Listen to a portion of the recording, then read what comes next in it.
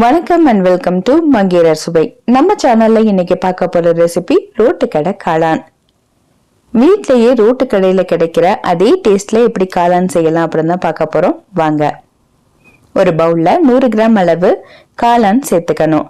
நல்லா கழுவிட்டு சின்ன சின்னதா நறுக்கி வச்சிருக்கேன், அதை சேர்த்துக்கலாம். கூடவே 100 கிராம் அளவு முட்டைக்கோஸ் எடுத்து அதையும் நல்லா பொடிசா நறுக்கி சேர்த்துக்கணும். இதுல 100 இருந்து 120 கிராம் ஒரு கப் அளவு மைதா மாவு சேர்த்துக்கணும். அதே கப்ல பாதி அளவு கார்ன்ஃபிளவர் சேர்த்துக்கணும். 1 டீஸ்பூன் அளவு கரம் மசாலா, உங்க காரத்தை பொறுத்து 1 டீஸ்பூனோ அல்லது 2 டீஸ்பூன் அளவோ மிளகாய் தூள் சேர்த்துக்கணும். தேவையான அளவு உப்பு. இப்ப இது எல்லாத்தையும் சேர்த்து நல்லா சப்பாத்தி மாவு பதத்துக்கு பிசைஞ்சுக்கணும். தண்ணி தேவைப்பட்டா மட்டும் சேர்த்துக்கோங்க. நம்மளுடைய காளான்ல இருக்கிற அந்த தண்ணியே உங்களுக்கு நல்லா பிசைகிறதுக்கு ஈஸியா இருக்கும். இப்ப எனக்கு கொஞ்சம் பத்தல, அதனால தண்ணி லைட்டா சேர்த்துக்கிறேன். சேர்த்துட்டு நல்லா பிசைஞ்சு எடுத்துக்கணும். இந்த மாதிரி சப்பாத்தி மாவு பதத்துக்கு உருட்டிக்கணும். இப்ப இத நம்ம எண்ணெயில போட்டு பொரிச்சு எடுக்க போறோம்.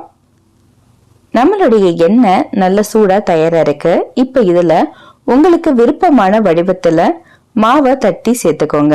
தட்டியோ அல்லது சின்ன சின்ன உருண்டையாவோ போட்டு சேர்த்துக்கோங்க.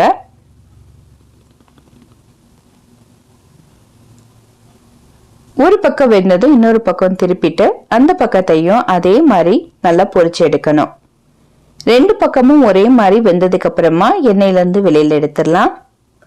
மீதம் இருக்கிற மாவையும் இதே போல தட்டியோ அல்லது உருண்டையா உருட்டியோ நீங்க போட்டு பொரிச்சு எடுத்துக்கோங்க. நல்ல சூடு ஆறுனதுக்கு அப்புறமா இத சின்ன சின்ன பீஸா நம்ம பிச்சு எடுத்துக்கணும். அடுத்து இன்னொரு பாத்திரத்துல தாளிக்கிறதுக்கு தேவையான அளவு எண்ணெய் சேர்த்துக்கணும். நான் காளானையும் அந்த முட்டைக்கோசையும் பொரிச்ச அதே எண்ணெயை தான் இதுல சேர்த்திருக்கேன். எண்ணெய் நல்லா சூடானதுக்கு அப்புறமா ஒரு பெரிய வெங்காயத்தை எடுத்து நல்லா பொடிசா நறுக்கி சேர்த்துக்கணும். வெங்காயத்தோட பச்சை வாடை போற வரைக்கும் வதக்கணும்.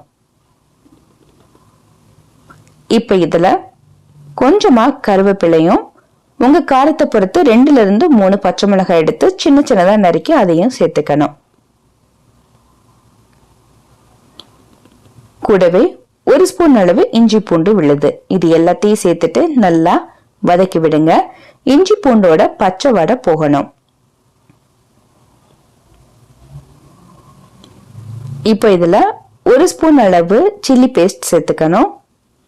கூடவே 2 டீஸ்பூன் அளவு சோயா சாஸ், 2 டீஸ்பூன் அளவு டொமேட்டோ கெச்சப், அதையும் சேர்த்துட்டு நல்லா கலந்து விட்டுடுங்க. நம்ம சேனல்ல ஏற்கனவே சில்லி பேஸ்ட் எப்படி ஈஸியா செய்யலாம்னு வீடியோ போட்டிருக்கோம். விருப்பம் உள்ளவங்க டிஸ்கிரிப்ஷன் பாக்ஸ்ல லிங்க் கொடுக்கறேன், போய் செக் பண்ணி பார்த்துக்கோங்க. இப்ப இதுல 1 ஸ்பூன் அளவு தக்காளி பேஸ்ட் சேர்க்கணும்.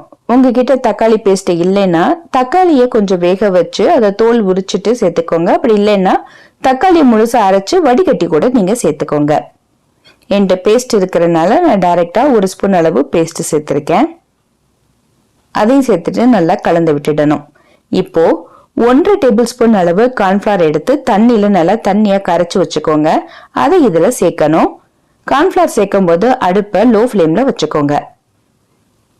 இப்ப இதுல தேவையான அளவு உப்பு சேர்த்துக்கணும்.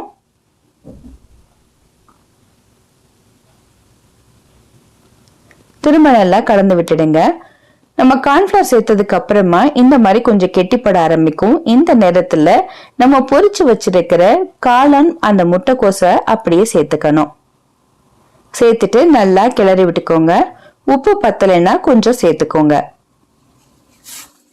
காளான் உங்களுக்கு கொஞ்சம் தண்ணியா வேணும்னு நினைச்சீங்கன்னா நீங்க இன்னும் கொஞ்சம் கூட நீங்க தண்ணி ஆட் பண்ணிக்கலாம், தப்பே கிடையாது. இல்ல கெட்டியா வேணும் அப்படின்னா இதே அளவுல வச்சுக்கோங்க. இந்த மாதிரி கொஞ்சம் கொதி வர ஆரம்பிச்சதுக்கு அப்புறமா கொத்தமல்லி தழை சேர்த்து அடுப்பை ஆஃப் பண்ணிடுங்க. அவ்வளவுதான், நம்மளுடைய சூப்பரான ரோட்டு கடை காளான் தயாராயிடுச்சு. நீங்களும் உங்க வீட்ல ட்ரை பண்ணி பார்த்துட்டு எப்படி இருந்துச்சுன்னு உங்க கமெண்ட்ஸ் எனக்கு போஸ்ட் பண்ணுங்க. இந்த வீடியோ பிடிச்சிருந்தா உங்களுடைய ஃப்ரெண்ட்ஸுக்கும் இந்த வீடியோவை ஷேர் பண்ணுங்க. மறக்காம மங்கையர் அரசுவையை சப்ஸ்கிரைப் பண்ணிடுங்க. நன்றி, வணக்கம்.